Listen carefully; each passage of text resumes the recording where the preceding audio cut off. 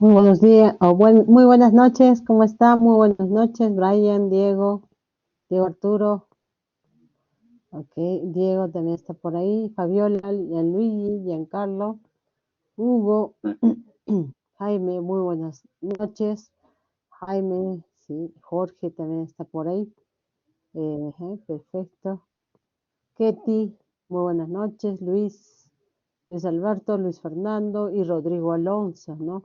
Estamos conectados 14, ¿no? Y ya podemos dar inicio a nuestra segunda sesión. Espero también que tengan muy buenas noches. Muy bien, entonces vamos a retomar lo que estábamos haciendo el día de ayer, justamente con este primer tema del curso, ¿no? Resistencia al esfuerzo cortante. Ya habíamos concluido justamente finalizando la sesión de ayer que el suelo tiene resistencia y preferentemente al esfuerzo cortante, ¿no? Entonces las solicitaciones más preferidas, se podría decir así, del suelo es cuando los esfuerzos, ¿no? O sea, son esfuerzos cortantes. Ese es el tema que estamos desarrollando en esta parte del curso. Muy bien, entonces vamos a empezar. ¿Todo bien? No sé si hay alguna consulta o algún comentario antes de dar inicio. ¿Se está escuchando bien? Sí, profesora, ¿me escucha? Sí, Hugo, muy buenas noches. Sí, buenas noches, profesora. El delegado me ha comentado que no puede ingresar al aula porque le han cambiado de sección, algo así me comentó. Eso es lo que estaba viendo hoy día en el sistema, en el Sócrates, que justamente no podía registrar el delegado del curso porque no Sí, estaba dentro de me la dijo lista. que lo va a solucionar ya. No Ok, sabe por qué ha pasado, pero que lo va a solucionar para continuar con las clases con normalidad, me dijo. ok, gracias Hugo. Sí, sí, me llamó la atención un poco no encontrarlo en la lista. Pero bueno, si tú me dices que lo vas a solucionar, entonces estaremos al tanto. Muchas gracias por la información. Gracias, Ya, Hugo. ya, profesora. Ok, muy bien. Entonces, vamos a continuar. Justamente estoy ya utilizando el material del curso con respecto a este tema de resistencia al esfuerzo cortante, ¿no? Entonces, eh, acá, ¿no? Claramente vemos una estructura geotécnica, ¿no? Es una presa situada en Canadá. Entonces, esta presa, conformada por suelo, tiene una función, ¿no? Tiene función de almacenar agua. Entonces, en este proceso de almacenamiento se van a desarrollar esfuerzos hacia esta obra geotécnica. Entonces, como ya estábamos comentando que esta obra geotécnica va a ser netamente, ¿no? De suelo, entonces nosotros necesitamos conocer estas, este comportamiento de este material. Ya habíamos hablado que en mecánica de suelos, ¿no? Hemos conocido parte de este comportamiento del suelo y ahora lo complementamos con este tema de resistencia, ¿no? Con respecto a la primera unidad. Entonces, este material suelo tiene una resistencia. Por tal motivo, a ver, un momentito, voy a habilitar el puntero. Se ve el cursor?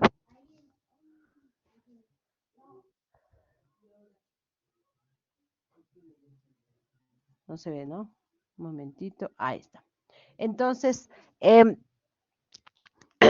entonces este material va a tener que ser solicitado, ¿no? Justamente hacia las fuerzas horizontales que el agua puede desarrollar hacia esta presa de tierra.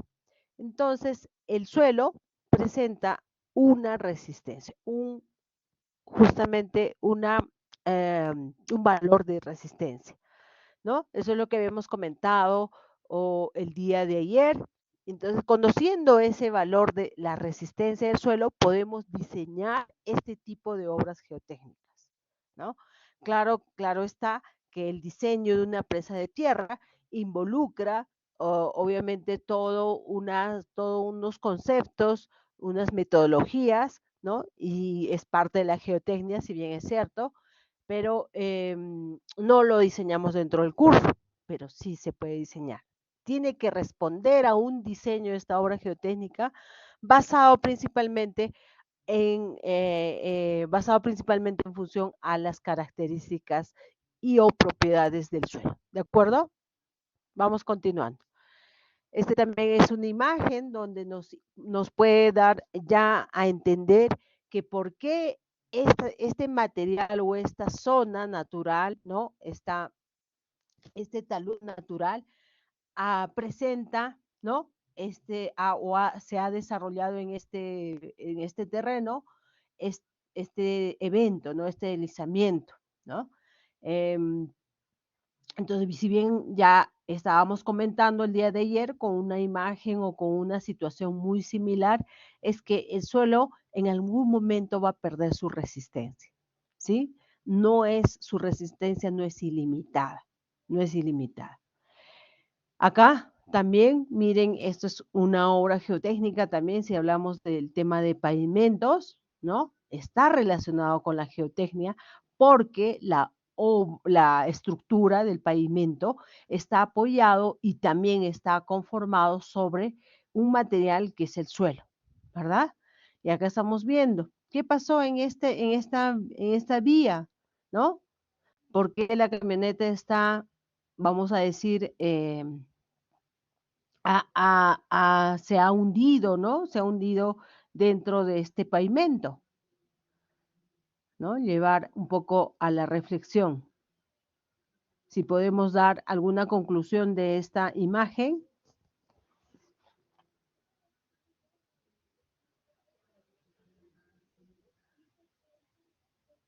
¿Alguien?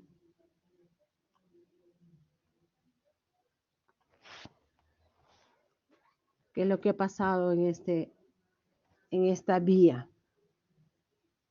¿Me escuchan? ¿Me están escuchando? A ver.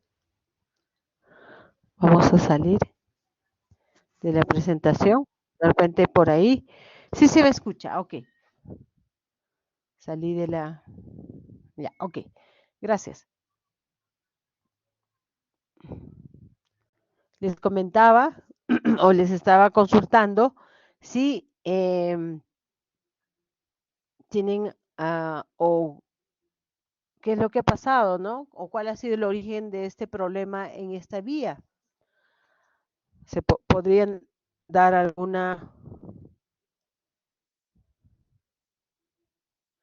alguna conclusión?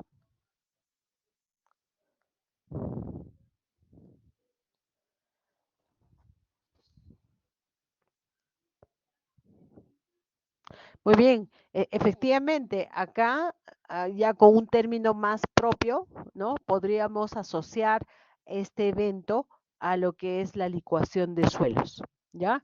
La licuación de suelos, justamente lo vamos a ver dentro del curso también, se refiere a que a la pérdida de resistencia del suelo, ¿sí? Y en este caso provocado por un exceso de presión de poros, un exceso de presión de poros, ¿no es cierto? Y acá estamos viendo claramente que el agua, ¿no? Ha salido hacia la superficie, o sea, las presiones intersticiales, ¿no? Dentro del suelo han sido tan altas que ha tenido que buscar salida, ¿no? Salida. Entonces, aquí claramente podemos decir que la estructura del pavimento, ¿no? Conformada también por capas granulares de suelo, han colapsado, ¿no? Han colapsado. Muy bien, un poco estas imágenes para recordar que estamos evaluando, estamos analizando o vamos a analizar al suelo desde ese punto de vista como material que tiene o que presenta resistencia. Entonces, si nosotros recordamos un poco lo que hemos hecho un dibujito el día de ayer, la condición inicial del suelo, o sea, en el campo, es esta, ¿no? Es esta. Me refiero a que está confinado o está sometido a esfuerzos, ¿no? Esfuerzos verticales y a esfuerzos horizontales. ¿De acuerdo? Los esfuerzos verticales son mayores a los esfuerzos horizontales, principalmente, ¿no? Sustancialmente son mayores. Entonces, en esas condiciones naturales, nosotros vamos a solicitar a un suelo, porque ya sabemos que tiene resistencia, ¿no es cierto? Y al momento de incrementar o colocar una carga, va a haber cambios de esfuerzos. Esos cambios de esfuerzos pueden provocar la ruptura del suelo. Acá estamos viendo que la solicitación, ¿no?, que se le está haciendo al suelo es mediante una carga vertical, una carga axial, ¿no? ¿Proveniente de qué? De una edificación. Entonces, los esfuerzos cambian, ¿sí? Los esfuerzos cambian. Si nos vamos a la siguiente condición o a la siguiente situación, acá estamos viendo que el terreno natural podría estar por acá, ¿no? Este es el nivel del terreno natural, pero hay una necesidad de realizar una excavación, obviamente con fines ingenieriles. Entonces, estos esfuerzos que están en el campo van a variar también debido a esa modificación o debido a esos cambios de esfuerzos. Lo que ayer estábamos comentando en esta situación, ¿no? Vamos a dibujar vamos a hacer algunas anotaciones sobre este material. Entonces vamos a decir, si hay una carga axial, ¿cuál de estos dos esfuerzos va a incrementar? ¿El vertical o el horizontal? ¿Cuál de estos dos esfuerzos va va a variar, ¿no es cierto? En este caso, el vertical. Esa situación es la que nos podrá identificar esta condición o este incremento de carga axial.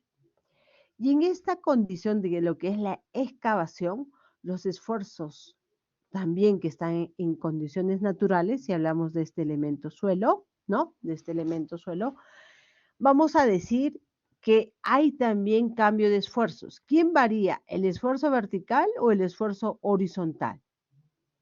¿Quién varía? ¿El vertical o el horizontal? ¿Cuál cree?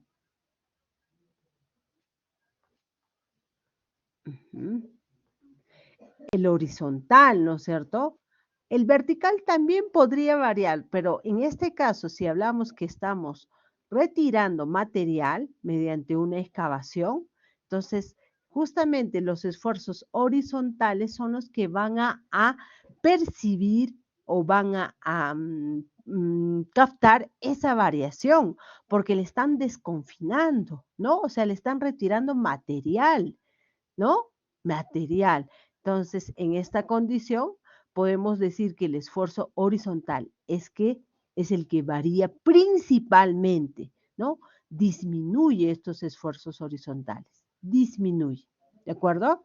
Entonces, estas solicitaciones que la ingeniería civil va va a requerir para el suelo, va a poder ser representada justamente por esos cambios de esfuerzos, ¿de acuerdo?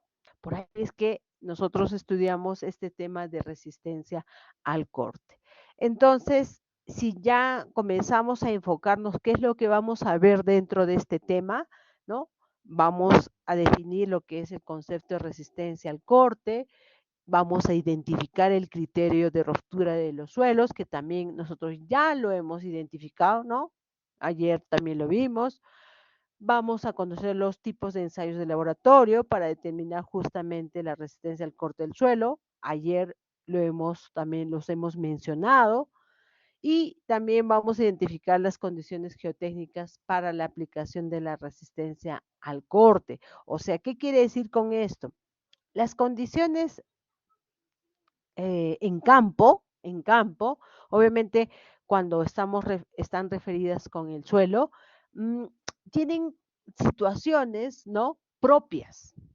No es lo mismo plantear un ensayo de laboratorio en la selva que en la costa. Entonces, estas condiciones geotécnicas van a ser determinantes en la determinación, valga la redundancia, en la determinación de la resistencia al corte, ¿no? Bueno, esos son los 4 puntos que vamos a tocar dentro de dentro del tema de resistencia al corte. Entonces, ¿cómo definimos la resistencia al esfuerzo cortante? Es la resistencia que el suelo ofrece para superar los esfuerzos de corte aplicados. Es una resistencia que va a ofrecer, ¿de acuerdo? Justamente, ¿no? Acá hay un esquema muy similar al que nosotros hicimos el día de ayer, ¿no? Un talud, una vivienda, ¿no? Si nosotros nos trasladamos esta imagen o este esquema hacia los acantilados de Lima, ¿no?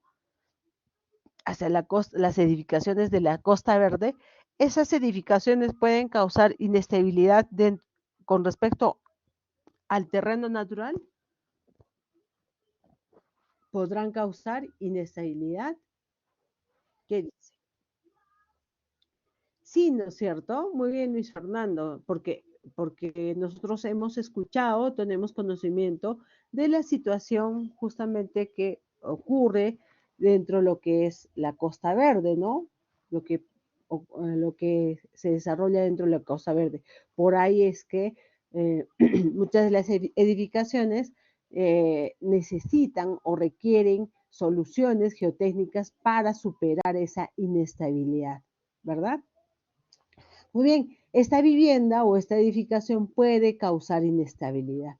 Entonces, el mecanismo de falla que se puede presentar dentro de este terreno natural justamente está en función a los esfuerzos cortantes y los esfuerzos cortantes actuantes, nosotros le podemos llamar actuantes, provocados por el peso de esta edificación, y los esfuerzos, ¿no? Cortantes, resistentes, ¿no? ¿Recuerdan? Resistentes, ¿no? Cuando se produce la falla, cuando estos esfuerzos, ¿no? Estos esfuerzos resistentes han sido superados, ¿no? ¿Qué quiere decir? Cuando estos esfuerzos actuantes son mayores, son mayores. ¿Y qué causa, profesora, no? ¿Qué causa que estos esfuerzos actuantes, desestabilizantes, no? Crezcan, aumenten, ¿no? Por ejemplo, ¿qué factores ustedes creen que podría incrementar estos esfuerzos actuantes?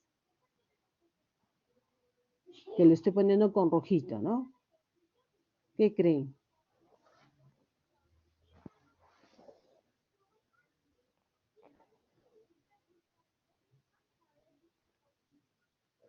¿Qué creen que podría provocar, ¿no?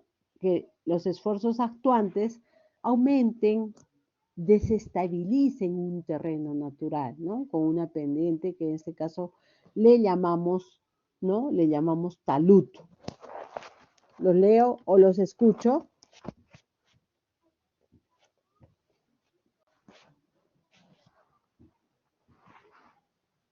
¿No? En este caso, si vemos este esquema, ¿cuáles creen que puede provocar que el esfuerzo actuante sea mayor en este escenario? ¿Podría ser la vivienda? ¿No? Podría ser el peso de la vivienda, así es. Muy bien, a eso quería llegar, ¿no? Muy bien, Giancarlo, un poco relacionando con lo que habíamos hecho el día de ayer. Algún fenómeno climático puede ser, ¿no? Así es. Cuando hay lluvia, factores externos también, excelente, Brian, ¿no? ¿Qué pasaría si en este terreno natural, ¿no? Alguna modificación, por ejemplo, del talud, ¿no? De repente se ha hecho un relleno, ¿no? Han incrementado, han cambiado la geometría del terreno natural y han ampliado, ¿no? Para que puedan construir su casita, su jardincito, sus accesos, etcétera. Entonces, son factores externos. El simple hecho de que nosotros estamos estudiando o estamos conociendo el tema de la ingeniería de cimentaciones, ¿no? Que está relacionado con lo que es la geotecnia, en el Perú. Entonces, otro factor externo puede ser también las fuerzas sísmicas, ¿no? Que pueden desencadenar que estos esfuerzos cortantes actuantes pueden ser mayores que los esfuerzos resistentes, ¿sí? En las fuerzas resistentes. Entonces, factores, ¿no? Que pueden desencadenar la falla, el colapso de este terreno natural pueden ser varios, ¿sí? Pueden ser varios. Muy bien, eso es lo que queríamos comentar aquí. Hasta aquí, ¿alguna consultita, alguna pregunta, algún comentario?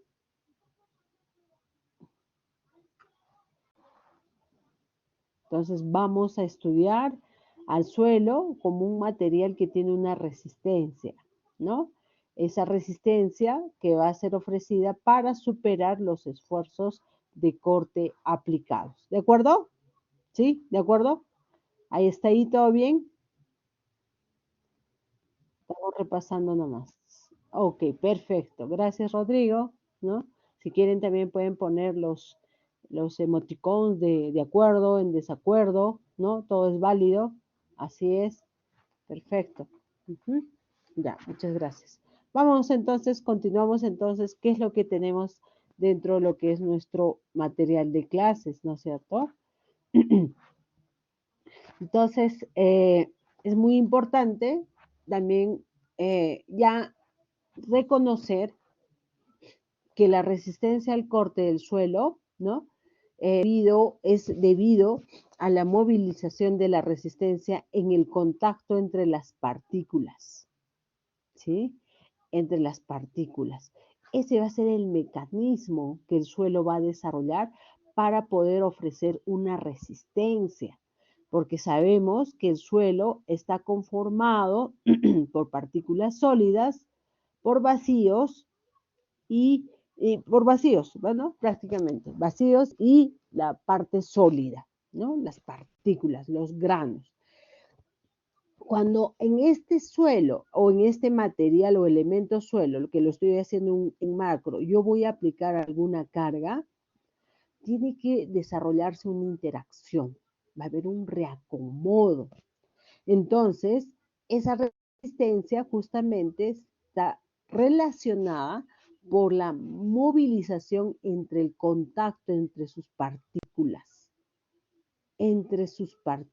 Ese contacto tiene que ser garantizado, ¿cierto? Garantizado.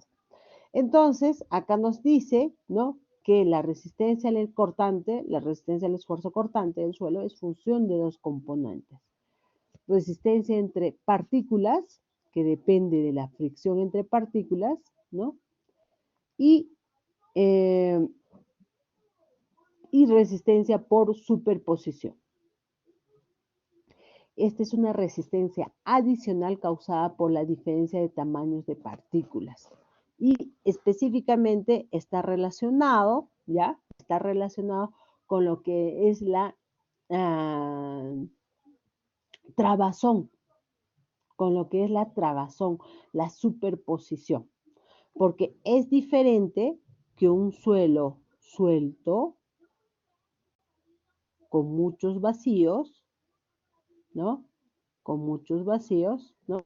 Su resistencia, su respuesta va a ser diferente de este, por ejemplo, de un suelo suelto, le vamos a llamar, este es un suelo suelto, a un suelo con menos vacíos, o sea, cuando hay mayor trabazón y puede darse una superposición entre las partículas cuando este es solicitado. A esta situación del suelo le llamamos denso, ¿ya? Denso. Entonces, justamente acá en este cuadrito nos recuerda que esa resistencia del suelo está en función de qué? De la resistencia entre sus partículas, o sea, la interacción que hay entre partícula y partícula, adicional también puede darse por la superposición o trabazón de las partículas. Es diferente la resistencia de un suelo suelto a la resistencia de un suelo denso. ¿De acuerdo? ¿Sí? Eso sí se entiende, ¿verdad? ¿Cuál de estos suelos, un suelo suelto o un suelo denso, tendrá mayor resistencia? ¿Cuál creen?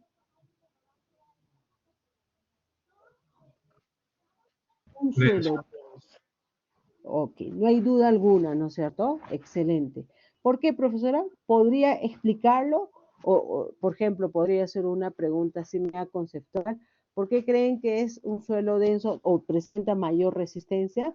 Primero, hay mayor contacto entre grano y grano de las partículas, ¿no es cierto? Por lo tanto, eso significa que si hay mayor contacto, va a haber mayor fricción, ¿sí? Y además, ¿no? Si hablamos de suelos cohesivos, ¿no? Si hablamos de suelos cohesivos, también va a haber mayor cohesión, ¿no? Va a haber una mayor adhesión entre las partículas, ¿de acuerdo? Entonces, lo que nosotros mayormente en esta parte del curso estudiamos es la resistencia entre las partículas, que está referida a lo que es la fricción, ¿sí? Ángulo de fricción y la cohesión. Fricción, su nombre mismo lo indica, cuando hay fricción entre las partículas, y la cohesión está referida a la adhesión. Adhesión, ¿ya? ¿Quién presenta preferentemente fricción? ¿Qué tipo de suelos presentan preferentemente fricción?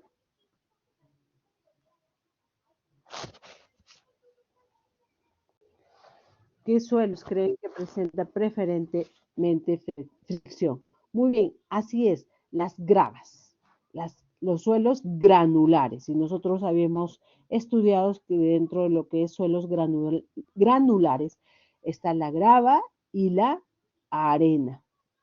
Y la arena. ¿Y qué suelos presentan preferentemente, ¿no? La cohesión, los suelos finos, ¿no es cierto? Los suelos finos, excelente, Gianluigi, muy bien, Fabiola. Entonces, estos suelos finos, hablamos principalmente o específicamente, hablamos de los limos y de las arcillas, arcillas, ¿no? Arcillas, ¿no? Adicionalmente, tenemos que tomar en cuenta, ¿no? La condición de la superposición o de la compacidad del suelo. Tenemos arenas sueltas, arenas densas, ¿no es cierto? Tenemos arcillas rígidas, ¿no? Y arcillas blandas, ¿sí? Ok, muy bien. Un poco la analogía, ¿no? La analogía, un poco, una analogía mecánica, ¿no? De lo que significa la resistencia entre las partículas, solamente para recordar que este es el suelo, ¿no? Este es el suelo, y acá está justamente una partícula de suelo y otra partícula de suelo. Si lo llevamos a un modelo, ¿no? Vamos a imaginarlo que la partícula superior es este bloque y la partícula inferior es este plano, ¿ya? Es este plano. Entonces, para mover este grano o esta partícula de suelo, yo necesito aplicar una fuerza, ¿no es cierto? H es la fuerza. Y obviamente tiene un peso, ¿no? Tiene un peso. Entonces, con respecto a esta partícula inferior, van a desarrollarse esfuerzos de reacción, fuerzas de reacción, de oposición. Esto es aplicando la física, ¿no es cierto? Esto es aplicando la física, ¿no? Valga la redundancia, en la mecánica de suelos utilizamos la física. Entonces, si nosotros acá decimos H, ¿no? La fuerza horizontal va a ser igual a el esfuerzo o la fuerza normal, ¿no? Por un coeficiente de fricción. Si nosotros dividimos esta fuerza horizontal entre un área y también la el esfuerzo, la fuerza normal entre un área, yo voy a tener que justamente es H entre A es el esfuerzo cortante, N entre A es el esfuerzo normal y por ese coeficiente de fricción, ¿no es cierto? Entonces, U será tangente de phi, ¿ya? Tangente de phi. Entonces, eso es lo que queremos, o bueno, este es el modelo que se intenta mostrar justamente para explicar esta resistencia entre las partículas, ¿no es cierto? Esto es con respecto al modelo para la fricción, donde, donde el ángulo de fricción es el que es el parámetro de resistencia del suelo que va a participar principalmente en lo que es la resistencia al esfuerzo cortante del suelo, ¿ya? Entonces, este modelo sería para los suelos granulares. Y este otro modelo, el modelo C, ¿no? Que sería para suelos finos, vamos a necesitar mover justamente el suelo, pero en este caso, mediante una fuerza H, en este caso aquí la adhesión es la que se va a desarrollar, ¿ya? O sea, la cohesión entre las partículas, la atracción física que existe entre partícula y partícula. Entonces, la resistencia al esfuerzo cortante será igual a la cohesión, ¿sí? A la cohesión. Entonces, si tenemos suelos granulares, la resistencia al esfuerzo cortante estaría definido por el esfuerzo normal tangente del ángulo de fricción, y si tenemos un suelo fino, la resistencia al esfuerzo cortante estaría definida principalmente por la cohesión. Y si nosotros recordamos, el día de ayer nosotros ya definimos un criterio de ruptura. ¿Se acuerdan? El criterio de ruptura acá lo voy a colocar, de Mohr-Coulomb, ¿sí? Y ese criterio de ruptura de Mohr-Coulomb obedece a una ecuación, ¿no es cierto? Ese criterio de ruptura llamada de Mohr-Coulomb obedece a una ecuación de una recta, ¿sí? De una recta. Entonces, ¿cómo se definía? Se definía como la cohesión del suelo, ¿no? Más el esfuerzo normal, justamente lo que estábamos hablando, tangente, o en otras palabras, es el esfuerzo vertical efectivo que se desarrolla en el suelo por la tangente del ángulo de fricción. Este criterio de ruptura se considera general, o sea, para suelos donde hay una presencia tanto de finos como de gruesos, ¿no? Como de gruesos. Pero si nosotros tenemos o ya definimos que en el suelo que estamos analizando hay específicamente o principalmente hay finos, entonces esta resistencia al corte se estaría definiendo por esta expresión, por la cohesión principalmente. Y si tenemos suelos granulares, o sea, donde prevalece la fricción, entonces la resistencia al corte estaría definida por esta otra ecuación. ¿De acuerdo? ¿Sí? ¿Se entiende? Ok, ok. En la normativa ahí nos dice que cuando tenemos esfuerzos en la E050, me refiero a la E050, cuando tenemos suelos granulares, solamente debemos de considerar para nuestro diseño, por ejemplo, de lo que son las cimentaciones superficiales, debemos de considerar el parámetro que corresponde, ¿no? A estos suelos, ¿no? Granulares, que sería la fricción.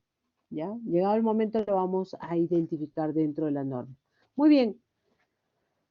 Bueno, este es el otro componente, le vamos a llamar dentro de lo que es el mecanismo de resistencia de suelos, ¿no? La resistencia por superposición. Hemos identificado el suelo suelto, y un suelo denso, ¿no? El suelo suelto tiene mayor porcentaje de vacíos, un suelo denso, menos vacíos, ¿sí? Menos vacíos. Cuando a este suelito va a, va a ser solicitado, el suelo suelto va a ser solicitado, entonces, ¿cuál es la tendencia? A comprimirse, ¿no? Esta esferita, ¿no? O esta esferita con respecto a la otra, va a intentar ocupar esos vacíos cuando sea solicitado, cuando se le aplique alguna fuerza, va a aplicar. Entonces, ese efecto se le llama un efecto de compresión. Pero, ¿qué pasa con un suelo denso? ¿No? Acá en este caso estamos viendo que hay menor cantidad de vacíos que el anterior. Entonces, si vamos a solicitar a este suelo denso mediante una fuerza, mediante un esfuerzo, ¿qué va a pasar? Esta esferita, por ejemplo, esta esferita, si nosotros le solicitamos, no va a tener espacio para comprimirse, o sea, no va a tener mucho espacio para ocupar este vacío, ¿no es cierto? Entonces, ¿qué hace? En un primer momento intenta ocupar ese pequeño vacío, pero al ver que ya no puede ocupar más, va a intentar levantarse sobre esta esferita, ¿no? Considerando que estas esferas son partículas del suelo.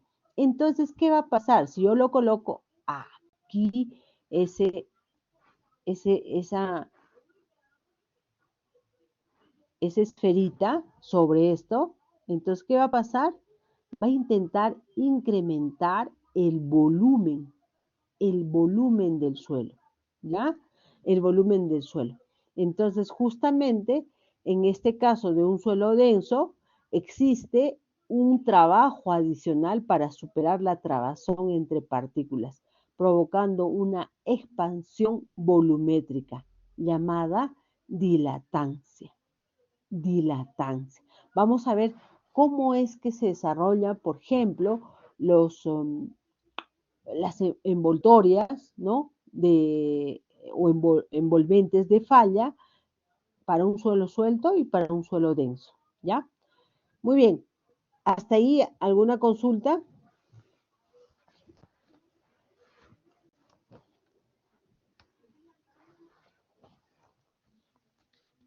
¿Todo bien? ¿Esto de la dilatancia se ha entendido?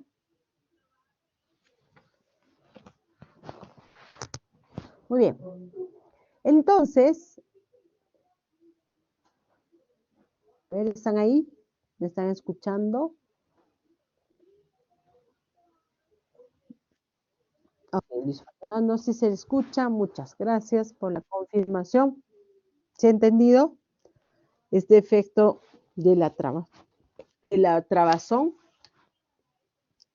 Ok, muchas gracias, Jorge. Ya, entonces, eh, volviendo o recordando a lo que nosotros habíamos comentado, que cuando el suelo va a ser solicitado alguna carga, va a haber un cambio de esfuerzos, ¿no es cierto? Va a haber un cambio de esfuerzos. Entonces, dentro de ese suelo se va a generar un estado general de esfuerzos, ¿ya? Y obviamente lo que nosotros, dentro del tema, nosotros intentamos llevar a la falla, ¿no? Llevar a la falla a ese elemento suelo para conocer su resistencia. Dentro de la geotecnia, ¿no? Nosotros podemos ya definir una convención de signos. ¿Por qué? Porque por ejemplo, este es un plano, ¿no? Que no necesariamente sería el esfuerzo, no sería un plano principal, ¿no es cierto? Porque ya hemos dicho que en los planos principales, ¿qué pasan? No hay esfuerzos cortantes, ¿no es cierto? Los esfuerzos cortantes. Entonces, acá este elemento suelo se está aplicando un nivel de esfuerzos normales y cortantes, ¿no? Normales, cortantes, normales y cortantes, ¿no? Y en el interior también del elemento se desarrolla un nivel de esfuerzos, normales y cortantes. Muy bien, la convención de signos en geotecnia es decir, ¿no? Los esfuerzos en compresión son positivos, ¿ya? Y lo contrario sería, los esfuerzos en tracción serían negativos, ¿no es cierto? Negativos, ¿de acuerdo? Negativos. ¿Y qué pasa con los esfuerzos cortantes o los tangenciales, ¿no? Cuando están esfuerzos cortantes o tangenciales, cuando están en sentido antihorario, son positivos.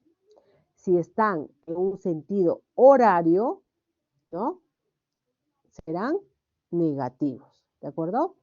Esa es la convención de signos. ¿Para qué necesitamos, profesora, conocer la convención de signos, en este caso? Porque vamos a tener que pensar que en un elemento suelo hay un nivel de esfuerzos. Acá como es, un estado, se encuentra un estado general de esfuerzo. Y cuando nosotros aplicamos carga, esfuerzos, ese estado de esfuerzos va a variar, ¿sí? ¿Y cómo conocer el nivel de esfuerzo? Vamos a hablar un poquito de justamente el círculo de Moore, ¿no es cierto? El círculo de Moore que se define, ¿no? Conociendo los esfuerzos principales. ¿Qué llamamos los esfuerzos principales? Son los esfuerzos, ¿no? Que actúan en planos definidos y donde no hay esfuerzos cortantes, ¿no? ¿Qué quiere decir? Cuando tau es igual a 0. Sigma 3 y sigma 1 son los esfuerzos principales. Entonces, también hemos utilizado un sistema, ¿no? Un sistema de ejes en función a esfuerzos normales y tangenciales para poder describir. ¿Qué describe el círculo de Moore? Cada punto del círculo de Moore describe un estado, un plano. En ese plano, ¿no es cierto? En ese plano se desarrollan esfuerzos, un par de esfuerzos normales y tangenciales. Si yo hago mi grafiquita que ayer estábamos manejando, ¿no? Ahí está un elemento, le aplico un esfuerzo, en este caso son esfuerzos principales, le estamos considerando, y debido a la aplicación de estos esfuerzos principales, ¿no? Justamente va a ocurrir, ¿no? A esta solicitación que le estamos haciendo, va a ocurrir una falla, ¿no? En esa falla que estamos representando por un plano, se desarrolla un esfuerzo normal y un esfuerzo tangencial, ¿sí? Eso es lo que habíamos visto ayer.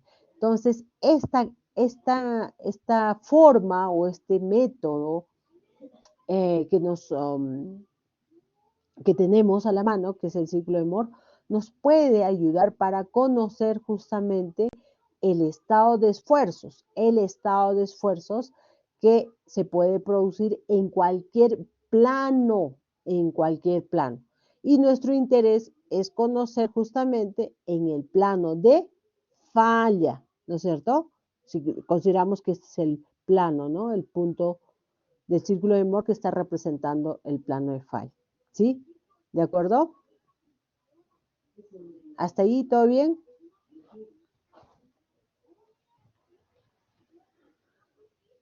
Sí, profesora.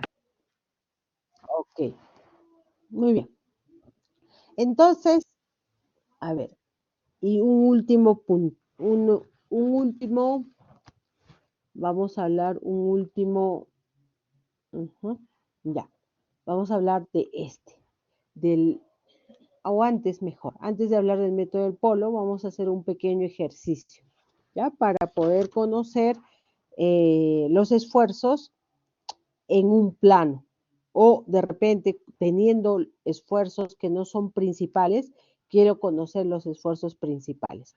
Por ejemplo, nos dicen podemos utilizar mediante esta ecuación, ¿no? Y esta ecuación, sigma 1 y sigma 3, ¿no? Considerando que sigma X y sigma Y no son los esfuerzos principales, sino son sigma 1 y sigma 3, ¿ya? Podemos trabajarlo con las ecuaciones, pero también lo podemos hacer mediante geometría, ¿ya? A ver, vamos a hacer entonces un ejercicio. ¿Todo bien hasta ahí?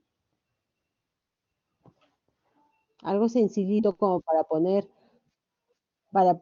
poder aplicar lo que hemos visto hasta este punto, ¿no? Me refiero a lo que son estados de esfuerzos, básicamente estados de esfuerzos.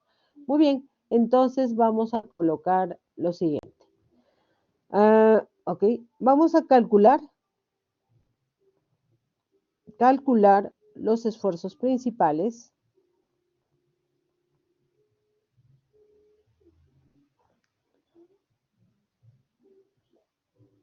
Acá estoy anotando. Los esfuerzos principales para un estado de esfuerzos, ¿no? O para el siguiente estado de esfuerzos. Ok, listo. Entonces voy a dibujar un elemento que obviamente está representando un elemento de suelo. ¿Ya? Así. A este elemento de suelo, mejor dicho, va a estar, se le está aplicando un estado de esfuerzos.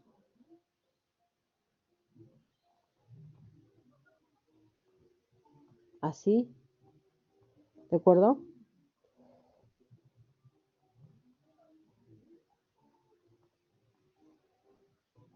No son los esfuerzos principales, ¿no? ¿Por qué no son los esfuerzos principales? Por ejemplo.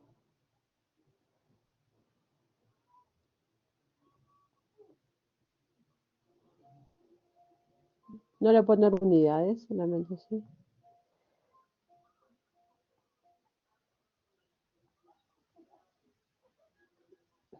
¿90 y 60 serán esfuerzos principales? Pregunta.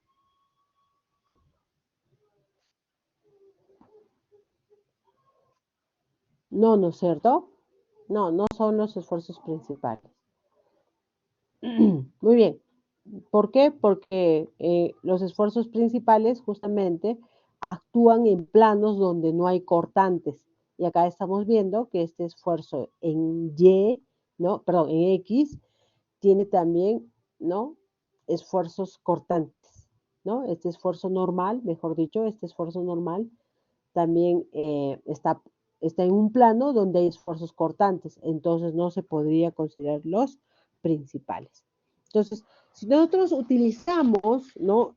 un sistema de ejes justamente en función a, al, al sistema de ejes en función a, vamos a dibujar aquí, así, más o menos, ¿no? Ahí está.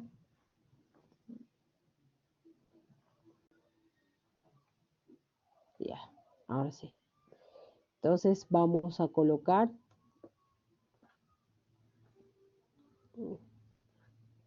acá podemos ubicarlo, ¿no? Justamente haciendo uso del círculo de Moore, ¿verdad?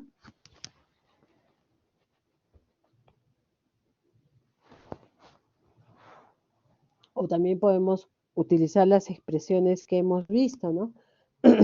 Muy bien, entonces, este es el esfuerzo normal y los esfuerzos tangenciales.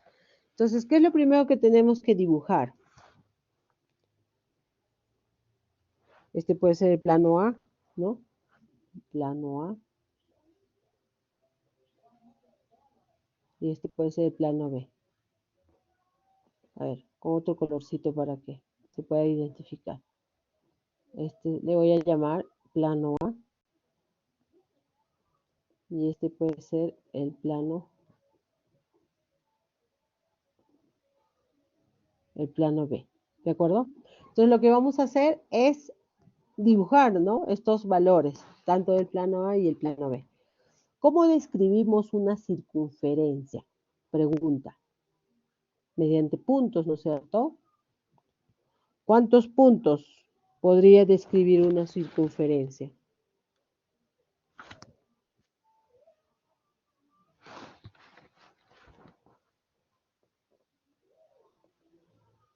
Con 2 puntos, ¿no? Pero si queremos ser un poco más precisos, podría ser, ajá, los extremos, ¿no es cierto? Podría ser con 3 puntos, ¿de acuerdo?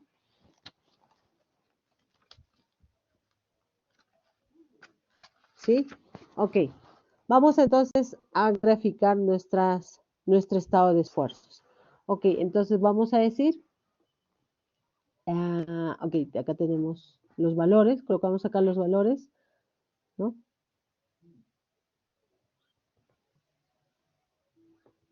Ahí más o menos. Sí, para que no sea muy grande. Para el plano A, vamos a decir,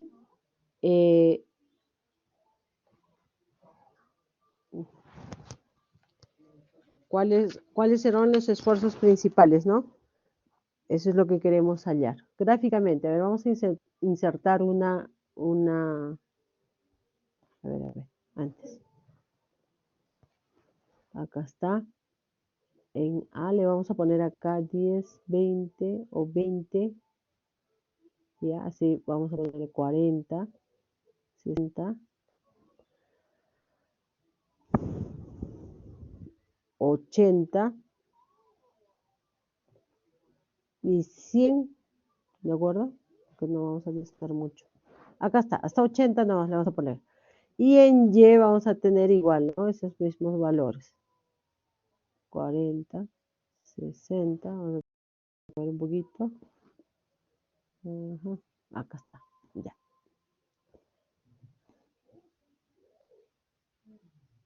Ahí nos vamos a ir un poquito por ahí.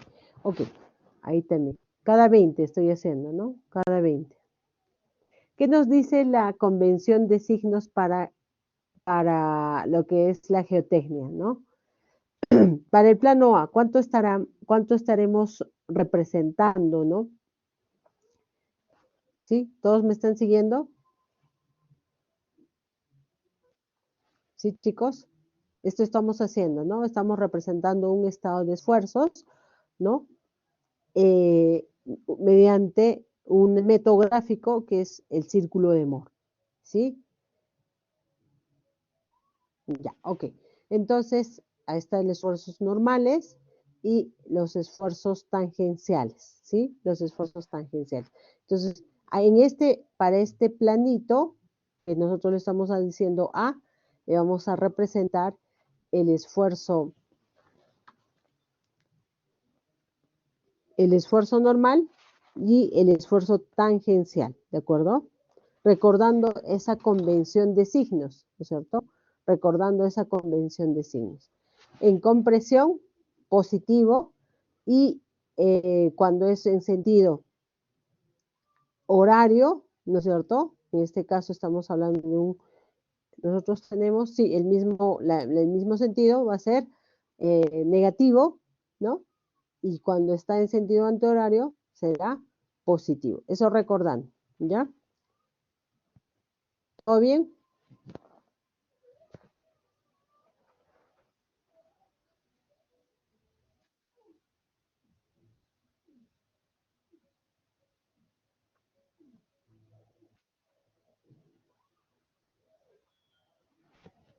Muy bien, ok. Entonces vamos a continuar. Ok, está bien. Entonces tenemos 90, ¿sí? Si siempre nos vamos a quedar chicos, ¿no? Con el espacio. Ok, vamos a tratar de modificarlo. Me dan unos minutitos, si no nos va a salir un poco mal la gráfica. Voy a mover, porque me he quedado corta con él. Voy a mover, ¿ya?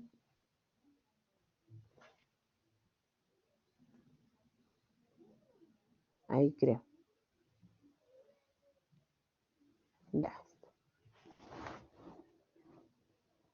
Ahí queda. Ujú. Vamos a ver.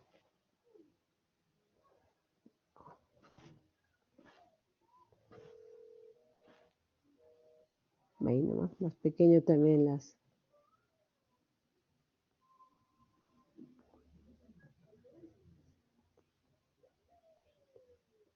Acá más o menos. ¿No? ¿Está bien? 20, 40, 60, 80 y acá estaría 90, ¿verdad? Y justamente el esfuerzo, acá sería, ¿no? El esfuerzo tangencial, estoy al revés, ¿no?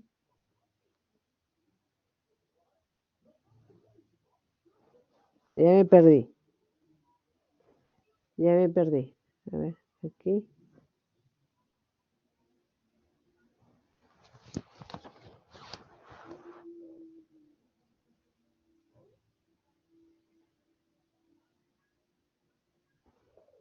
Acá más o menos será A con 30.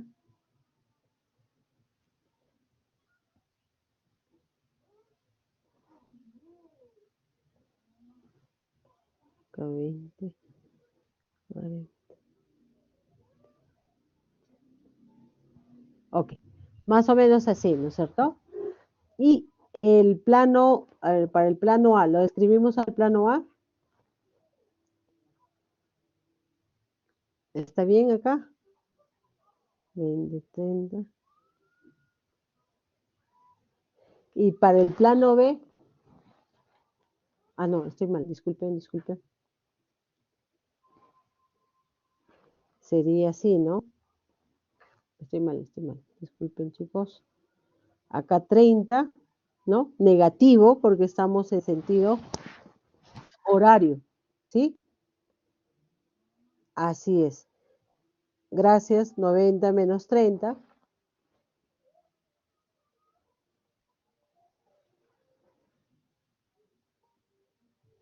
Acá más o menos, y acá menos 30, ¿no? Más o menos acá sería el plano A.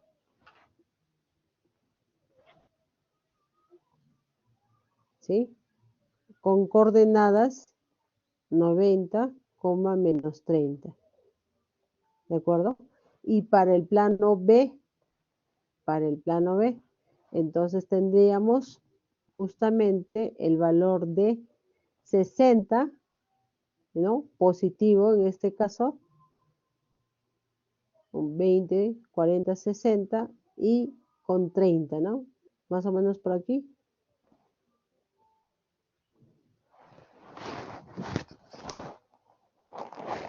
Aquí, ¿no? El punto B, aproximadamente un poquito más abajo de repente. Ya está. Ahí está, por ahí. Plano B, 60,30. ¿Todos de acuerdo? Esos serían los planos, ¿no? Que estoy representando en este sistema de ejes. Entonces, podríamos describir con estos dos valores, ¿no? Con estos dos valores podríamos describir la circunferencia, pero necesitamos el radio, ¿no? O el centro de esa circunferencia, ¿no? ¿Cómo calculamos el centro de la circunferencia? Entonces, podemos ver aquí que ese centro de la circunferencia va a ser igual justamente a la semisuma de los esfuerzos normales, ¿no? A la semisuma. Entonces vamos a decir, ¿cuál será el centro? OC, ¿no? Partiendo que este es el origen, ¿no? Y C es el centro de esa circunferencia. Entonces, así podríamos hallar, ¿no? Sigma X más sigma Y entre 2. Y esto será 60, ¿no? Más 90 entre 2, esto nos da 75. 75, ¿no? No tenemos unidades, lo vamos a dejar aquí y así sería, ¿no? Entonces el centro de la circunferencia sería 20, 40, 60, 80, más o menos por aquí, ¿verdad? Este es el tramo. ¿Qué es lo que quiero hallar? ¿No? Necesito hallar los esfuerzos principales. También viendo nuestro material de clases, podemos decir justamente que podemos hallar el radio, ¿no? El radio. Y teniendo el radio, prácticamente, que es esto, ¿no? Que es esto, podemos hallar el esfuerzo principal 1 y el esfuerzo principal 3, ¿no? Ahí están los esfuerzos principales. Entonces, ¿cuánto será el radio? Entonces, si aplicamos esto, lo estoy haciendo únicamente algebraicamente, ¿no? Con las expresiones que tenemos, el radio va a estar en función a sigma y menos sigma x entre 2. Esto es al cuadrado más esto al cuadrado. Si yo reemplazo esta expresión, ¿cuánto me quedará? ¿O cuánto saldrá, no es cierto? ¿Cuánto saldrá? Lo podemos dejar en función a raíz cuadrada también para que sea más fácil de operar. Eso ya depende de cada uno, ¿no es cierto? Más tau xy, ¿no? Tau xy, que en este caso será 30, ¿no? Los valores. Tau xy, 30 al cuadrado. Lo podría dejar así, ¿no es cierto? Como 15 raíz cuadrada de 5, por ejemplo, ¿no? Podría ser. ¿Cierto? ¿Hasta ahí? ¿Todo bien? Ok. Ahora, entonces, si yo hago una circunferencia de radio, no me va a salir exactamente, pero quiero más o menos hacer una circunferencia para ya concluir el cálculo de justamente de estos esfuerzos principales. Va a pasar, quiero el centro, un momentito. Eso es. Tiene que pasar por estos dos puntos. Mi escala de repente no es la más apropiada. No me va a salir un círculo perfecto, pero tiene que pasar por esos puntos. Por A y por B, ¿no? Ahí más o menos, ¿sí? Entonces ya tengo el centro, ¿no? Entonces, ¿cuáles son mis esfuerzos principales, ¿no? Los esfuerzos principales justamente serán estos, donde no hay cortante, o sea, estos y estos. Esto sería sigma 1, perdón, sigma 3, y esto será sigma 1. Entonces ya tengo el centro, el valor del centro, y también tengo el radio. Entonces nosotros sabemos que desde este punto hasta el centro es el radio, y del centro al otro extremo de la circunferencia es el radio. ¿No es cierto? Entonces, ¿cómo podríamos calcular sigma 3? Bien sencillo, ¿no es cierto? Ya tengo todo este tramo.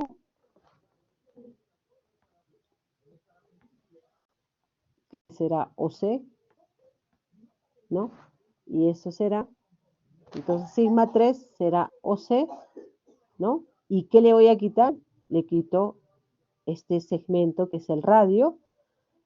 Y sigma 1 simplemente será el OC, si lo quieren hallar así, más ese radio, ¿no es cierto? Y ahí podríamos calcular los esfuerzos principales. ¿Está bien?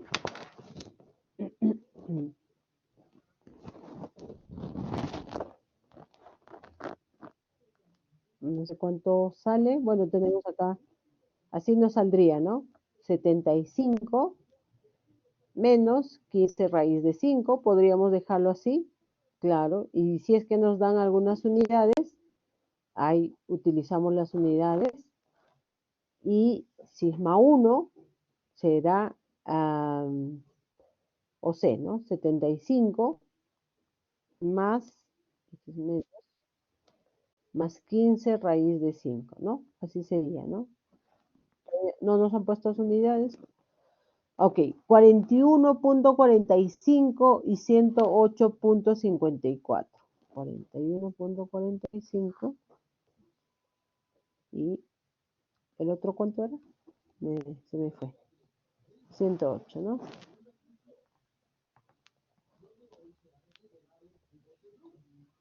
Un poco para poner en práctica lo que estamos viendo, ¿no?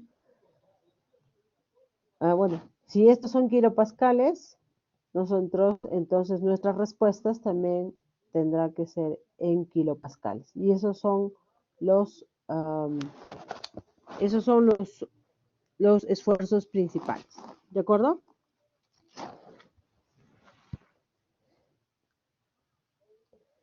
En laboratorio lo que estábamos hablando el día de ayer, lo que nosotros vamos a conocer de forma inmediata, ¿no? Son los esfuerzos principales. ¿Por qué? Porque a esta probeta o esta muestra de suelo, sus planos ya son definidos, ¿no es cierto? Entonces yo le coloco un esfuerzo en este sentido y en este sentido. No hay cortantes, ¿no? No se puede aplicar dentro de lo que es laboratorio, no se puede aplicar esfuerzos cortantes. Entonces yo determino que estos esfuerzos que se están aplicando en el laboratorio son los principales, ¿de acuerdo? Son los principales. Entonces, puede ser el caso también que tengamos esta situación únicamente con fines académicos, ¿no? Para que el estudiante pueda practicar, ¿no? Mediante el círculo de Moore, que ustedes ya lo conocen, ¿no? Debido a que han llevado mecánica de materiales o resistencia de materiales, también puede ser con ese nombre, y podamos podamos encontrar lo que es los esfuerzos principales. Esa podría ser una variante, ¿no? Si queremos, si podemos aplicarlo de esa manera. ¿Está bien?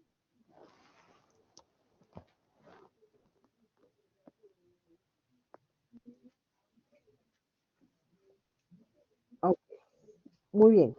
Entonces, eso es un poco lo que vamos a comentar de este estado de esfuerzo. No quiero llegar a entrar mucho a detalle porque lo vamos a utilizar muy poco también, ¿no? Pero para que conozcan, ¿no? Que podemos hallar de un estado de esfuerzos, los esfuerzos principales, ¿no? Obviamente confeccionando el círculo, ¿no? Que es un tema ya geométrico, más geométrico. Y tener en cuenta la convención de signos, ¿ya? No lo voy a borrar ahí, ahí lo voy a dejar, ¿ya? La convención de signos. Muy bien, eso quería un poco aplicarlo. ¿Qué más? ¿Qué más vamos a hablar hoy día? Hasta aquí, bueno, vamos a recordar un poco lo que hemos visto el día de ayer. Y si hablamos de justamente de la forma como se determina la resistencia al corte de un suelo, esta definición va a responder a un criterio de ruptura Moore-Coulomb. Ya lo hemos comentado, que ese criterio responde o corresponde, mejor dicho, a lo que es una ecuación, que es la ecuación de la recta. Pero en realidad, chicos, el criterio de ruptura, que bueno, está en función a la ecuación de una recta, no es una recta en sí, es una curva. Ya, es una curva. Pero justamente para simplificar los problemas, en este caso de la mecánica de suelos, vamos a aproximar que el plano de ruptura corresponde a una función lineal. Esto lo ha definido Coulomb en 1776 y la seguimos utilizando, ¿no? Hasta la actualidad. ¿Cuál es ese criterio de ruptura? ¿No? Es esta expresión que también ya la hemos visto, ¿no es cierto? Ya la hemos visto. Mediante esta expresión, que se llama el criterio de ruptura de Moore-Coulomb, vamos a poder estimar la resistencia al esfuerzo cortante. ¿De acuerdo? Hasta ahí creo que es un poco el repaso que hemos hecho. Y como hemos visto también, nuestros este criterio de ruptura está en función. No depende, ¿no? No depende de la cohesión y el ángulo de fricción. No. Está en función, sí, pero depende de los esfuerzos efectivos que se desarrollan en el suelo. ¿Ya? De los esfuerzos efectivos. Entonces, si hablamos de esfuerzos efectivos, vamos a recordar un poco lo que es el principio de estos esfuerzos efectivos. Y justamente ese principio nosotros lo hemos aplicado para suelos saturados, ¿sí? Para suelos saturados. Dentro de un suelo saturado, ¿no? Si ponemos acá un esquemita, considerando que está saturado el terreno, ¿no? Este es el suelito. Este suelito, en este suelito, mejor dicho, se está desarrollando dos niveles de esfuerzos.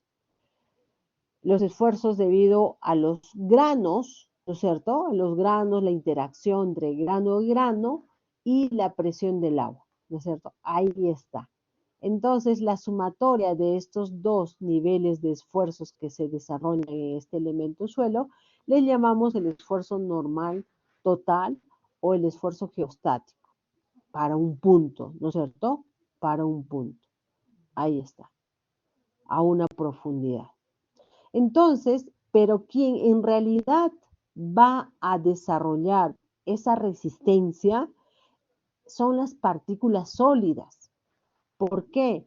Porque debemos recordar que hay un principio de la mecánica de suelos, recordando que el agua es incompresible. Si sobre este suelito yo voy a aplicar alguna carga, ¿no? Por ejemplo, una zapatita, y está saturado, solamente para fines de entendimiento. Obviamente, si dentro de la práctica ingenieril yo no puedo cimentar sobre un suelo que está saturado o tiene un nivel freático elevado, ¿ya? Eso no sería posible. Tendría que deprimir el nivel freático, rebajar el nivel freático, ¿no? Entonces, ¿a qué voy? Entonces, cuando se solicita al suelo, en este caso un suelo saturado, la presión del agua, ¿no? O el agua que va a percibir mayor presión, simplemente va a comenzar a generar flujo. ¿Por qué? Porque el agua no puede soportar mayor presión que la que ya tiene. Es incompresible. ¿Se acuerdan lo que nos decía uno de los principios de la mecánica de suelos? Entonces va a tener que salir. Va a tener que salir. Cuando se equilibren las presiones, va a decir, ok, ya tengo una presión, ya tengo mi presión está equilibrada. ¿Quién se quedó? ¿Quién es el que se va a encargar de recibir todo ese esfuerzo proveniente de una edificación? Es las partículas sólidas, ¿no es cierto? Las partículas sólidas. Muy bien, entonces el esfuerzo efectivo, ¿no? Que se traduce por el contacto entre grano y grado, lo que nos dice así, es soportado por los sólidos del suelo. Por lo tanto, este criterio de ruptura de Mohr-Coulomb se tiene que expresar en términos efectivos. En términos efectivos. ¿De acuerdo? Entonces, recordando que C es la cohesión y Φ es el ángulo de fricción. Son los parámetros de resistencia del suelo. No son propiedades del suelo. ¿Sí? Recordando también que para poder definir la cohesión y el ángulo de fricción, yo necesito, ¿no? Esta envoltoria o envolvente de falla. O sea, no se definen de forma inmediata estos parámetros de resistencia. Por lo tanto, no son propiedades del suelo. ¿De acuerdo? ¿Hasta aquí alguna consulta?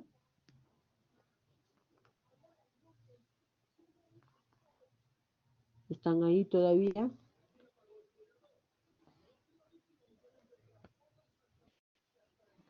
Sí están ahí. ¿Se está entendiendo?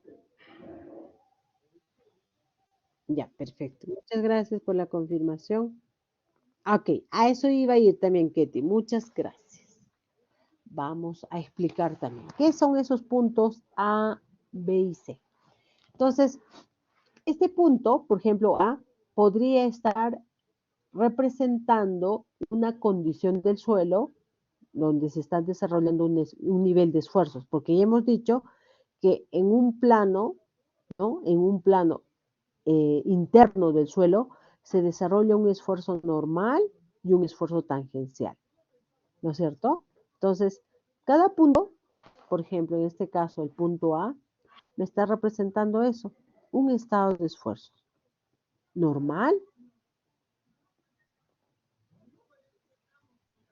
y tangencial, o esfuerzo cortante en el plano, ¿no? Considerando. Este plano B también me está representando un estado de esfuerzos, ¿no? Normal y tangencial o esfuerzo cortante. Y el punto C me está representando un estado de esfuerzos normal y también tangencial. ¿Sí? Cada uno de estos puntitos me está representando un plano donde se está desarrollando un estado de esfuerzos normales y tangenciales. Mi pregunta es,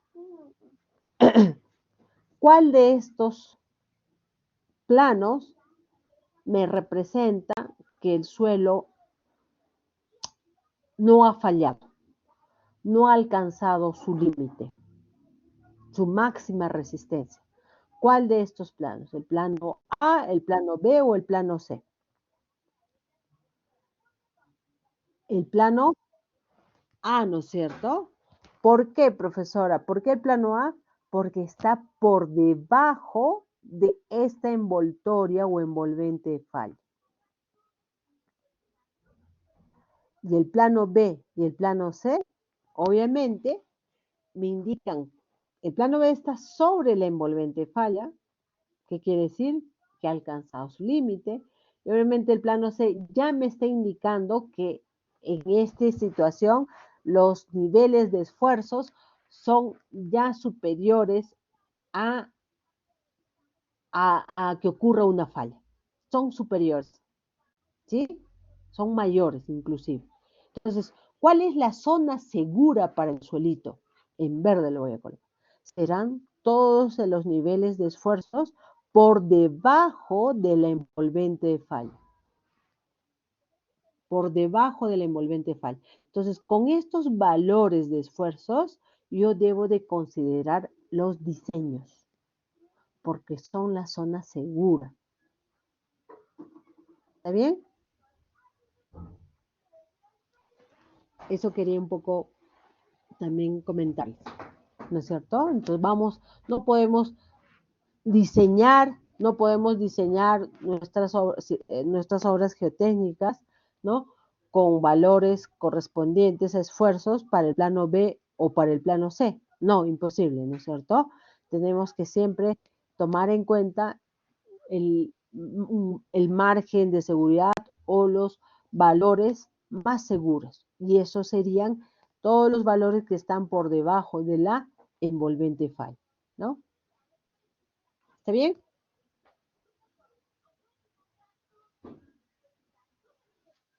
Muy bien. Ketty, muy bien con la pregunta. Excelente. Ok, excelente. Muy bien, entonces vamos a continuar un poquito más para ver el videíto del primer ensayo, ¿no? Porque ya nos quedamos en los ensayos y era nuestra meta hoy día, ¿no?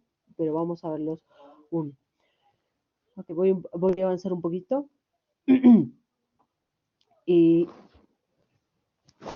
cuando nosotros sabemos que el suelo ha fallado debido a una combinación de esfuerzos, en este caso cuando toca la envolvente falla, ¿de acuerdo? Cuando llega a tocar la envolvente falla, quiere decir que este suelo ha llegado a su límite, ¿no? Y ese límite justamente se ha podido determinar debido a la aplicación de esfuerzos, sigma 1 y sigma 3. Muy bien. Entonces, Para conocer, por ejemplo, esta condición del suelo cuando ha tocado, ha alcanzado la envolvente falla, nosotros podemos utilizar expresiones como estas.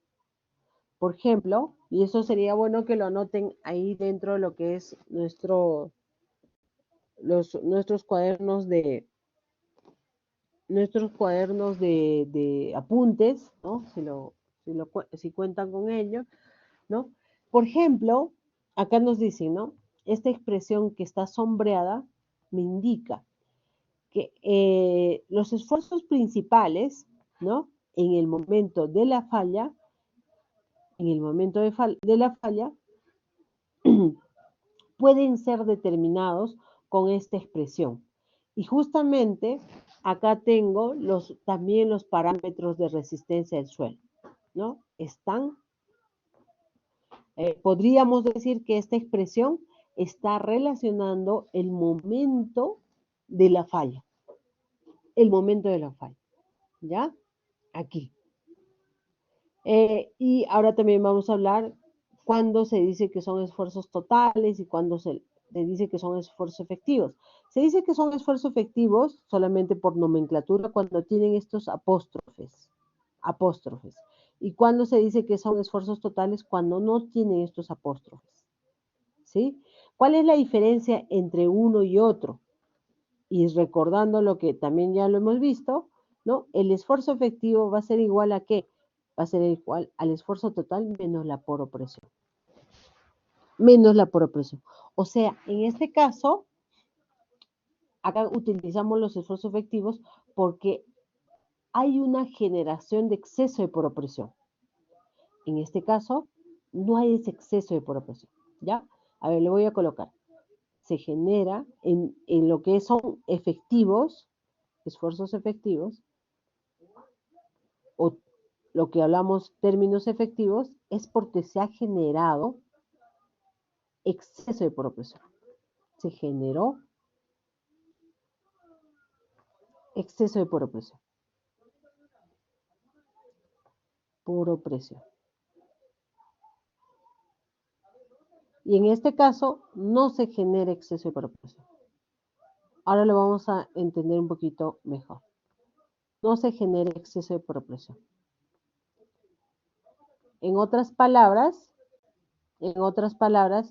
podemos decir que los esfuerzos totales, ¿ya? O los esfuerzos efectivos es igual a los esfuerzos totales. Así podríamos indicar. ¿Por qué? Porque no se genera exceso de por opresión. Esto es cero o aproximadamente igual a cero. Pero en este caso de esfuerzos efectivos, sí, hay un exceso de por opresión. Entonces el esfuerzo efectivo va a ser igual al esfuerzo total menos ese incremento de la por opresión. A ese incremento de la por opresión se llama exceso de por opresión. Entonces, justamente con los ensayos que a continuación vamos a ver, vamos a definir cuándo se genera exceso de por opresión y cuándo no se genera exceso de por opresión.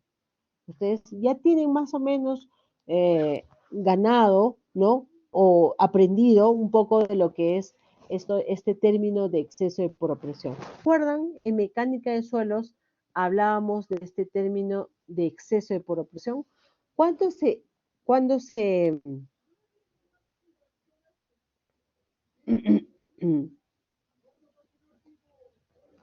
se desarrollaba un exceso de por opresión? Recordando un poquito.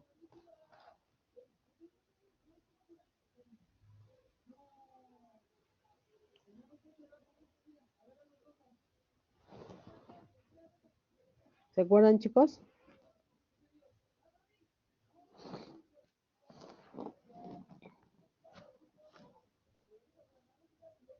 A ver, hay uno. Depende del nivel freático. Excelente. Tiene que estar relacionado con el nivel freático. Muy bien, Fabiola. Así es. ¿Qué más? Ok, depende del nivel freático. ¿Qué quiere decir? ¿No? Ese nivel freático obviamente tendría que representar que la condición de un suelo saturado, ¿no? Un nivel freático alto, elevado.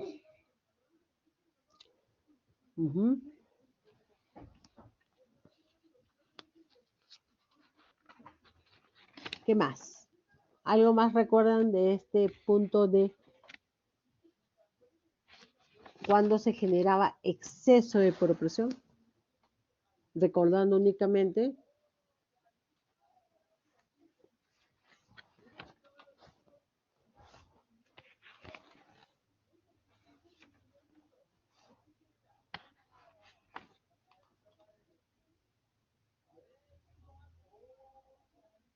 ¿Se acuerdan cuando colocábamos el terraplén sobre un suelo arcilloso saturado?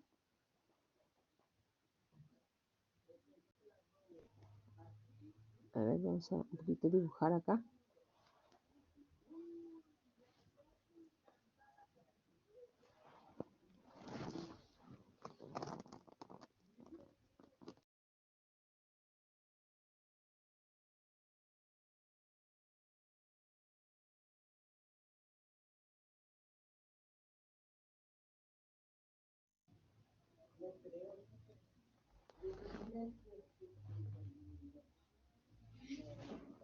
Mamá.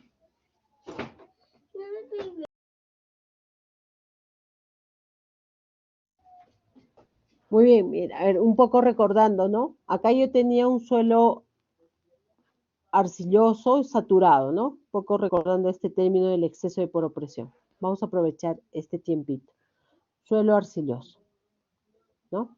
Acá está un estrato que tiene una profundidad ahí determinada. Yo colocaba, primero, ¿hay poropresión en este terreno? ¿Hay esfuerzo neutro? En otras palabras, ¿hay presión del agua? ¿Qué dice?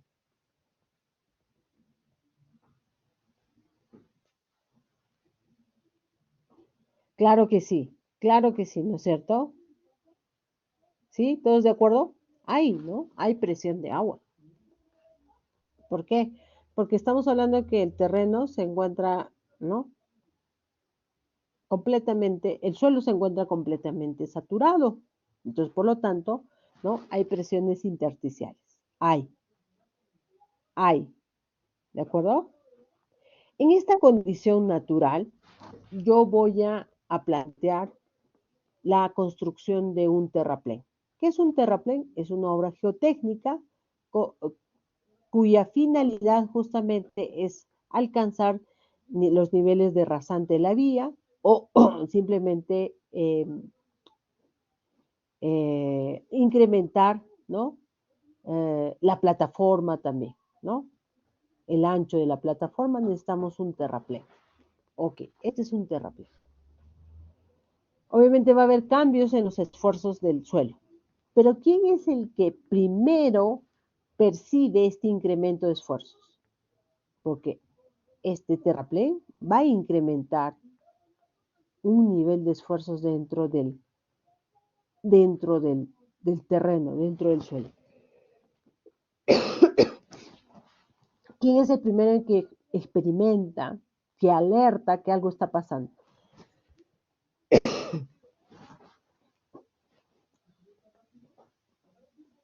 ¿Quién?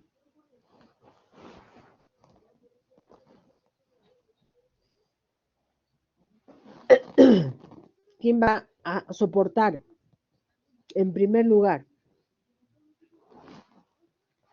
ese nivel de esfuerzos que el terraplén está transmitiendo? Es el agua. ¿No es cierto? Es el agua. Y va a decir, oh, acá estoy percibiendo un incremento de esfuerzos, ¿verdad? Tengo que comenzar a disipar, tengo que comenzar a disminuir ese incremento de esfuerzos, porque yo no puedo, yo soy incompresible, o sea, no puedo soportar mayores esfuerzos al que tengo. Pero, oh sorpresa, se encuentra en un medio poroso una arcilla de de alta plasticidad, ¿no es cierto? Entonces, en este tipo de suelos, ¿qué pasa? ¿El flujo de agua va a ser fácil? ¿Va a poder salir el agua rápidamente del interior, obviamente, de este suelo? No, ¿no es cierto? porque es arcilla. Es arcilla. Entonces, ¿qué va a ocurrir acá? Va a haber un incremento de la presión del agua, porque no va a poder salir rápidamente ese incremento de la presión. No va a poder salir. Entonces, ¿qué se está generando aquí? Se está generando un exceso de presión del agua que comúnmente o que mayormente se dice exceso de poropresión. ¿De acuerdo? Entonces, ¿qué pasa con los esfuerzos? Con los esfuerzos efectivos del suelo, ¿no? Los esfuerzos efectivos, si esto está aumentando, porque va a haber un aumento, y como no se puede disipar rápidamente, estos esfuerzos efectivos van a comenzar a disminuir, ¿no? Pero, profesor, en algún momento se va a disipar todo este exceso de poropresión, o sea, va a disminuir hablando de otra manera, va a disminuir, sí va a disminuir, pero en este caso optamos o consideramos la condición más desfavorable. Cuando hay ese exceso de poropresión, entonces nosotros tenemos que determinar los esfuerzos efectivos para poder determinar, valga la redundancia, la resistencia al corte. Esta es una condición no drenada, ¿ya? Esta es una condición no drenada. Y quien gobierna en esta condición no drenada son los esfuerzos efectivos. Siempre tenemos que hablar de los esfuerzos efectivos porque es la condición más desfavorable. Más desfavorable. ¿De acuerdo? ¿Se ha entendido?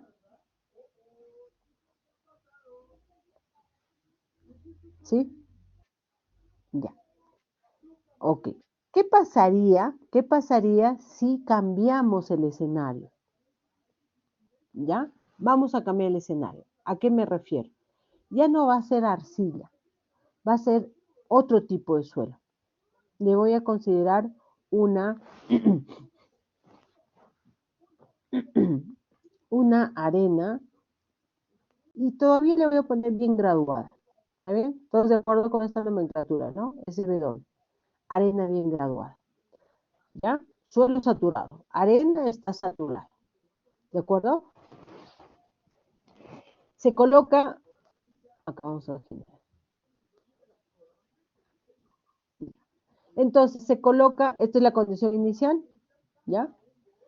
Se coloca el terraplén. ¿Quién va a ser el primero en percibir ese incremento de esfuerzo debido al terraplén dentro de ese terreno arenoso? Sigue siendo el agua. ¿De acuerdo? También recuerde el agua. El agua es incompresible, no puede soportar mayores presiones a la que ya tiene. Entonces, ¿qué va a pasar? Va a comenzar a salir.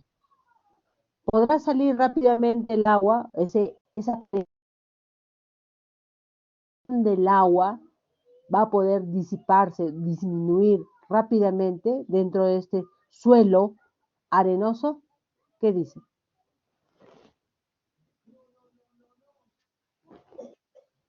Sí va a poder, ¿sí? Sí va a poder porque justamente estamos hablando que el material, ¿no? El suelo es bastante permeable. Los vacíos que tiene son tan grandes, no, bueno, no tan grandes, son grandes a comparación de una arcilla, que el agua va a poder salir rápidamente. ¿Se va a generar exceso de poropresión? En este tipo de suelos granulares no se genera exceso de poropresión. ¿Por qué? Porque el agua va a disiparse de forma inmediata o rápidamente. ¿Cierto? Entonces, los esfuerzos efectivos simplemente van a ser igual a los esfuerzos totales. ¿Por qué? Porque este exceso de poropresión prácticamente es cero. es 0, ¿ya? Entonces no existen este tipo de suelos granulares. Entonces, esta es una condición drenada. Condición drenada. ¿De acuerdo? ¿Por qué, profesora, condición drenada? Porque justamente el agua va a poder fluir, va a poder salir rápidamente del interior de los vacíos de este suelo. Estas dos condiciones, tanto drenada como no drenada, van a determinar el nivel de resistencia al corte del suelo. ¿Ya? La resistencia al corte del suelo va a ser determinada por estas condiciones. Y obviamente vamos a tener un menor valor de resistencia al corte del suelo cuando hablamos de una condición no drenada. ¿Por qué? Porque los esfuerzos efectivos los esfuerzos efectivos van a ser disminuidos por este exceso de poropresión. ¿Ya? Por este exceso de poropresión. Y eso lo dice la sabia, como dicen, ¿no? La sabia naturaleza. ¿Por qué? Porque en el campo es lo que ocurre cuando encontramos ya sea una arena bien graduada o una arcilla, ¿no? Saturada. Ese es el comportamiento del suelo.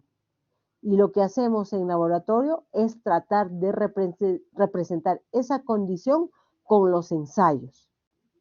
Y justamente vamos a hablar ya del primer ensayo. ¿De acuerdo? Profesora, entonces cuando ¿Alguna duda? sí, entonces cuando sea la condición de drenada, va a ser menor la resistencia al corte, ¿no? ¿Drenada o no drenada? Condición no drenada. Exacto. Muy bien, así es. Muy bien, Brian. En una condición no drenada, los valores de resistencia al corte se van a ver disminuidos. ¿Por qué? Por este simple hecho. Porque, a ver, si es que nosotros utilizamos el criterio de ruptura de Morculum que ya hemos aprendido, estos dependen, si bien es cierto, perdón, están en función de los parámetros de resistencia, pero depende de qué, de los esfuerzos efectivos. Si hablamos de una condición no drenada, estos esfuerzos efectivos van a ser menores porque en esa condición se está generando un exceso de poropresión que va a disminuir el valor de los esfuerzos efectivos. ¿Está bien? En una condición drenada, ¿no? Va a ser lo contrario. Como no se está generando ese exceso de poropresión, entonces los esfuerzos efectivos van a ser iguales a los esfuerzos totales. Entonces, no hay esa disminución. Y obviamente, por eso dicen, ¿no? Que los suelos granulares tienen mayor resistencia. Se comportan, ¿no? Más favorable, de una manera más favorable a la solicitación de esfuerzos, si hablamos de suelos saturados. Ojo, en una condición saturada.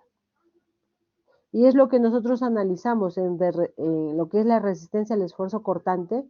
Al suelo nosotros lo analizamos en su condición más desfavorable. ¿Cuál es su condición más desfavorable? Cuando se encuentra saturado.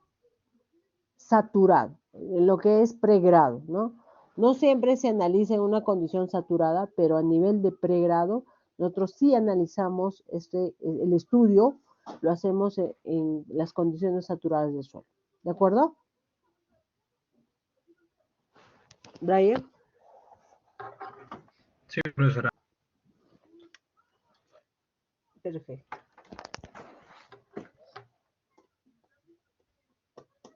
Se apaga la computadora. Ya, ahora sí. Vamos a ver, eso es lo que quería comentarles.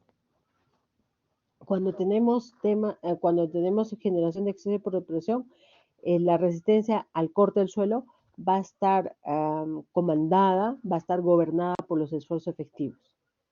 Cuando no hay exceso de poropresión, ¿no? La resistencia al corte puede estar en función a los esfuerzos totales.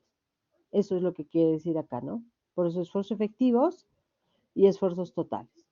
Entonces, vuelvo a repetir, estas dos expresiones, tanto en términos efectivos como en términos totales,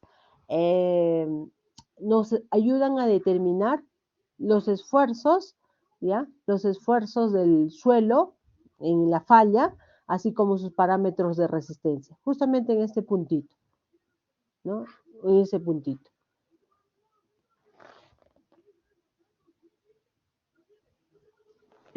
Esto lo vamos a ver después. Quiero llegar acá, justamente acá. Lo que decíamos, ¿no? Una condición drenada es cuando se da una condición bajo el cual el agua fluye dentro o fuera del suelo, durante el tiempo de aplicación de algún cambio de carga. ¿Sí? ¿Qué más dice? En la condición drenada, el cambio de carga no causa cambios de la poropresión. ¿Por qué? Hay flujo libre. ¿En qué condiciones se da o en qué situaciones se da? Básicamente en terrenos con suelo granulares. Y la condición no drenada se considera que no hay flujo, ¿no? En esa condición no hay flujo. Es la condición más desfavorable que puede el suelo tener, ¿cierto? ¿Qué más? Justamente acá están nuestros dos ensayos, o los dos ensayos que vamos a hablarlos un poco más a profundidad. Es el ensayo de compresión triaxial y es el ensayo de corte directo. En estos dos tipos de ensayos se analizan qué cosa, un suelo, la resistencia de un suelo. Directamente vamos a poder encontrar qué cosa, los parámetros de resistencia. Se satura el suelo, se satura el suelo. ¿Sí? La forma que tiene el cuerpo de prueba es cilíndrica, la forma que tiene el cuerpo es rectangular, sección cilíndrica. Hay control de la variación de la presión del agua, no hay variación de la presión del agua. ¿De acuerdo? ¿Qué más podríamos hablar? Algo muy importante, ¿ya? Algo muy importante. En este ensayo de compresión triaxial vamos a llevar al cuerpo de prueba de suelo a la falla para conocer su resistencia. Y puede fallar en cualquier plano, o sea, en el plano más débil, más frágil que puede tener este cuerpo de prueba, o el suelo, ¿no es cierto? En cambio, para el ensayo de corte directo, el plano de falla, o sea, se fuerza a que el suelo falle en un plano horizontal, ¿no? En un plano horizontal.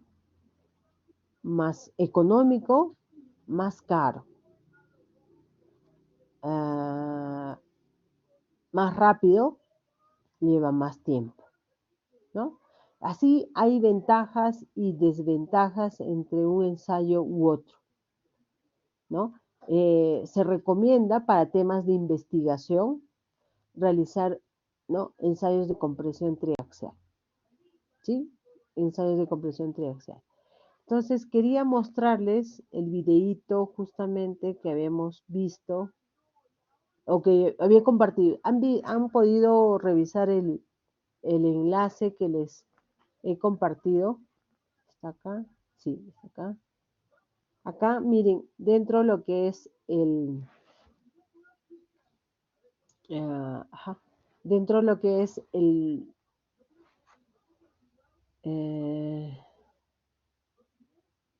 dentro de lo que es el contenido del aula virtual, ya tienen el sílabo, tienen las unidades, y a medida que vamos avanzando las unidades del curso voy a estar subiendo el material, tanto de clases como lo que vamos a avanzar en las láminas auxiliares, y ahí vamos a estar cargando. Y también tienen las normas, hay una carpetita, he subido la E050, creo que sí, la E050, me falta la C020, pero eso todavía no es de forma inmediata que vamos a requerir, y tenemos un material adicional. Entonces, esa va a ser la dinámica, ¿no?, con respecto a los materiales que voy a compartir. normas donde corresponde y material adicional en esta carpetita. Entonces, ya tenemos un material adicional con respecto al ensayo triaxial. Este es un videíto, tienen el enlace, y un PDF justamente que nos va a ayudar a entender mejor, ¿ya? Esos dos materiales que les he compartido les va a ayudar a comprender mejor estos ensayos triaxiales. Entonces, eso es lo que vamos a hacer o lo que les toca hacer ahora, ¿ya? Revisarlos. ¿Para qué? Para nuestra próxima sesión es mañana, ¿no? Sí, mañana podamos ya hacer ejercicios. Las dudas que haya, yo voy a hacer un esquema así rapidito de este ensayo triaxial, ¿no? De los tipos de ensayo triaxial y entramos allá a la aplicación de los ejercicios que todavía no podemos hacerlo porque nos está faltando algunos términos, algunos conceptos por definir. ¿De acuerdo? Entonces acá tienen el material adicional, la norma y más. Y el sílabo, ¿no? Para que lo vayan revisando. ¿Está bien? No sé si hay alguna duda. No quiero cansarlos también. Ya creo que el cerebro necesita un poquito oxigenarse, un poco relajarse. ¿Todo bien? ¿Se ha entendido? Todo claro. Todo Muy bien. bien, Bárbara, gracias. Estamos bien. Ya, me alegra mucho. Ya, está bien. Ok, entonces, ya. Ok, vamos a dejarlo entonces en nuestra sesión hoy día, aquí. Mañana sí nos encontramos a las 5, ¿verdad? Mañana es a las 5.